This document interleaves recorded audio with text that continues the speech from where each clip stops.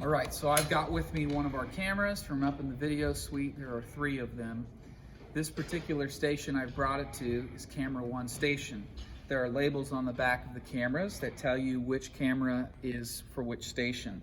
So here's Camera 1 I've got with me. I'm at Camera 1 station. This station has a tripod.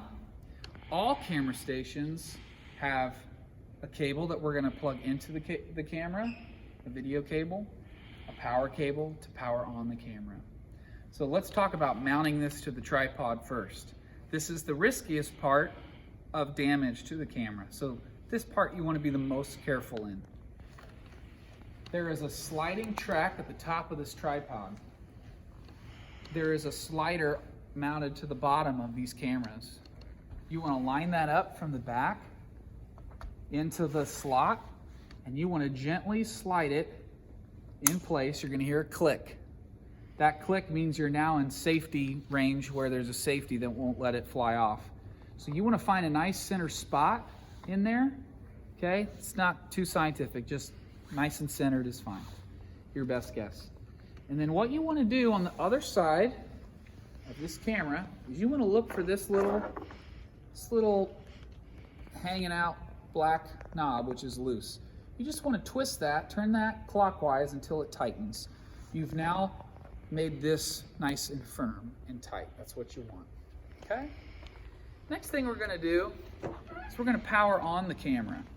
Power on the camera, we're going to look for this little power plug that has a little yellow ring around it. We're going to go to the right side of the camera to something that's labeled DC in. It's also yellow, so yellow to yellow helps you match it up. You're going to plug that in. You're now giving the camera power. Next thing you want to do is you want to plug in the video cable to this camera. The camera's powered on, but this is not connected to our TV video system yet. So this is a twist lock type cable, okay? You're going to look on the back side of the camera, the very top one, it says SDI out. Now, this has a little twist lock feature, so you got to kind of twist it around until it gets into the slot, seats in there real nice and firm, and once it's seated in there, you want to twist it until it locks tight. Okay? That's going to take some practice, so make sure you've got that practice nice where you've got it nice and twisted in. Okay, the camera is all hooked up. Now we need to turn it on. There's a power button on the bottom left-hand side right here. It says camera off media. We want to put it all the way to camera. Okay, so the camera's turning on.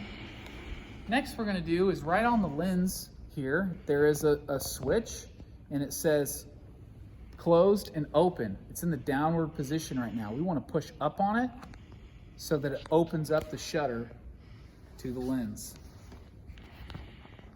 Okay, last thing if you want to do as an extra is connect this handlebar to the camera. This is like a zoom in and out handlebar. It's got a cable that's dangling here. It looks like this. It's got a circle of pins inside of it. You can come around here to the bottom right-hand side. Actually, the front right-hand side. It says lens remote. Lens remote. You just want to line those pins up. There's some arrows that give you a guide. You just want to push that right in. Okay, you've now set up the camera. Do that with the other 2 cameras, and that's the final step in turning on all of the equipment, having it set up.